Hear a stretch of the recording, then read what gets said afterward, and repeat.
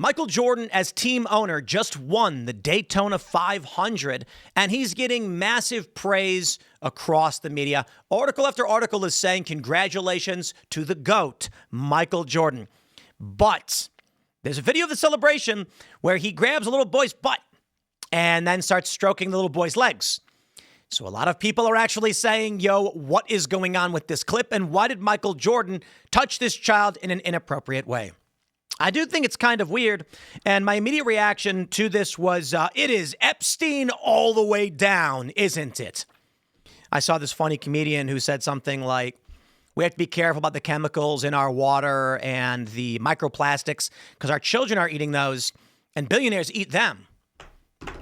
You know, whatever. You get the joke. Is it really Michael Jordan doing something untoward? Well, my friends, liberals are chiming in and saying, guys, don't turn something, I shouldn't say every liberal, but there are some liberal personalities saying, don't turn every single moment into something sexual. That's on you, not on MJ. And there's questions as to what he was doing. Well, apparently the kid is wet. Maybe some are suggesting that when they won, they splashed the cooler on all these people, and Michael Jordan was just trying to pull the ice out or something. Doesn't really make sense to me. I don't know how you justify it, and I want to just say, keep your hands off kids. So, MJ, I'm going to play the video for you guys. It's going massively viral. A couple different versions of it, of course. But here's the clip in question. And you can see, I don't think there's any audio on this one. You can see MJ is grabbing the kid's butt and then rubbing his legs. I don't understand for what reason he's doing that. I'm sorry. I just got to say, there's the clip. I don't know why he's doing it. To me, it's kind of weird. Yo, I'm going to tell you this right now, though. We still don't have audio on any of these clips. I thought there was audio on these clips, but whatever. I don't quite understand what the point of this is. Let me play. You guys can try and tell me what you think Michael Jordan is actually trying to do here. He's like pinching the boy's butt. He's not. Yeah, I don't. I'm sorry. I'm going to read this from Brian Krasenstein. Okay, it says, people have to try and sexualize everything. Now I'm gonna agree with him on this, okay, but not on this clip, on the specifics. He says the kid is wet and probably has ice down his shirt after the celebration. Stop trying to pretend that Michael Jordan sexually assaulted a kid on national TV. It says more about you than him. Okay, I agree with him on the sexualizing everything to a certain degree. We saw Target doing like tuck-friendly bathing suits. Like, what are you doing? Selling this ridiculous, is gross. And you've got Drag Queen Story Hour. There is this desperate attempt that we see on the left to introduce sexual ideas to children. Notably, the Don't Say Straight bill in Florida. You guys remember the Don't Say Straight bill? There was a bill that tried passing in Florida that would prohibit a married man, a heterosexual man, from explaining to children his heterosexual marriage. Now, of course, you may be saying, what? When did that happen? Well, the left called it Don't Say Gay. They said it was the Don't Say Gay bill. And then there's this video where they're like marching in the hallway, don't say gay, which is the weirdest fake garbage because the bill in general just said adults should not be having sexual discussions with children, period. It didn't specifically say gay. It actually said teachers don't talk about sexual relationships with third grade and below. After third grade, fourth and up, we'll need consent from parents if you're going to be discussing, marriage and sex and kids and all that stuff. The left was apoplectic because they believe you must tell third graders about your gay relationships. Don't say gay, they said, but straight couples couldn't say that either. So this is what the left has been doing for some time. And the question that I have here is, this is still questionable. Okay, to MJ, you're the GOAT in basketball, okay? And congratulations and all that, but I don't know what possessed you to grab a young boy's butt on TV. So let me give you some of the backstory and explain everything that's going on. Before we jump to this story from NBC, guys, Step on Sneck 2.0, you got to check it out. This is Booney's HQ skateboard, and I don't know how many of the limited edition serialized versions are already gone, but we know that number one is now out. I don't know if I have the actual post. Here we go. Check this out. Serialized Step on Sneck and Find Out golden skateboard promo. So we do have a bunch of these. These are limited run. We're not going to be making any more of these. And there are only 10 golden serialized editions, of which number one's already gone. So go to boonieshq.com, pick it up. All the rest are sold out. This was a special edition that we did with 200 boards. I believe it was 200, and we had 10 serialized limited edition. Again, boonieshq.com. Click the link in the description below if you want to check it out. Here's the NBC LA story on the Michael Jordan winning the Daytona 500, which is congratulations, by the way. Congratulations, by the way.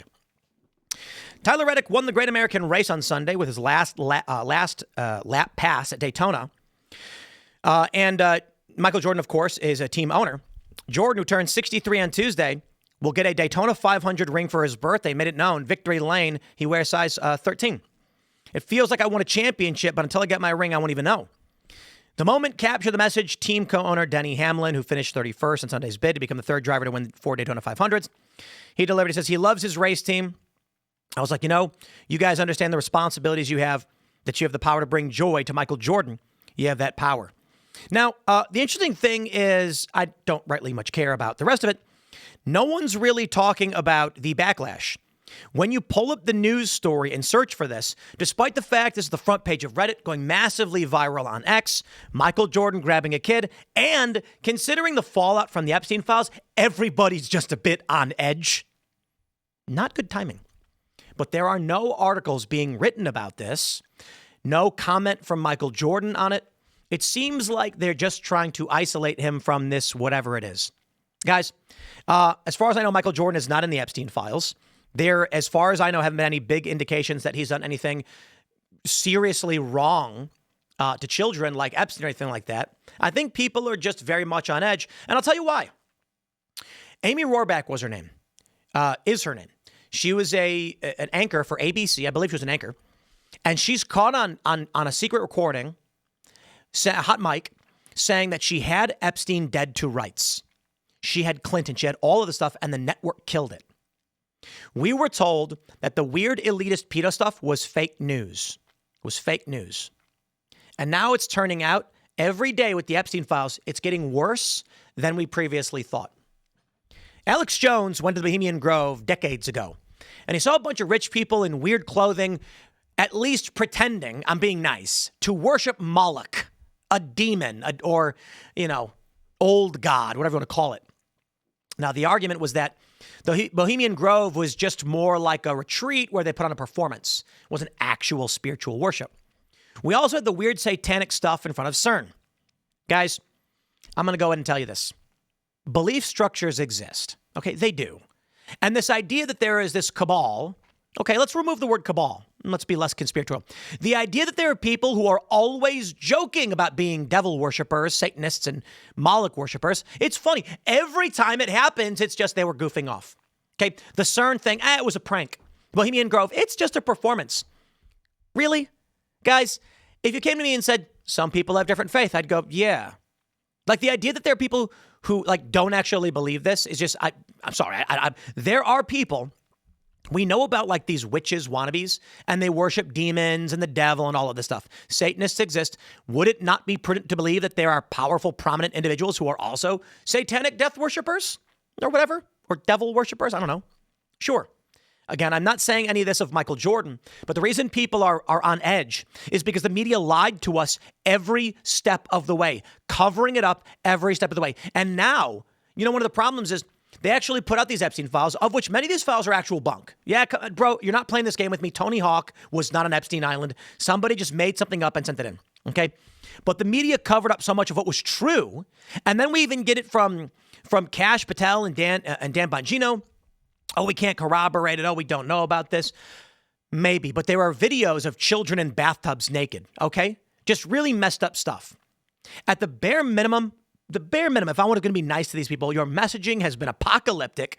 Trump called it a hoax. We know it's not a hoax. We know Epstein was procuring young girls under the guise of masseuses, and he actually got convicted because he was having them do other things. Let's just call them happy massages. So we know all of that stuff is happening. You covered it up, and now everybody's got what I would describe as an itchy trigger finger. So Michael Jordan goes on TV and he grabs a little boy's butt and there's going to be questions. Sorry, man. Maybe Michael Jordan isn't paying attention, doesn't know what's going on, or maybe you could imagine the worst. But I'll tell you this. We can't, we just cannot expect you in the corporate press and these institutions to think this all goes away. To the Krasensteins, bro, Brian, you cannot scream Epstein for years. And with all due respect, I'm glad you did.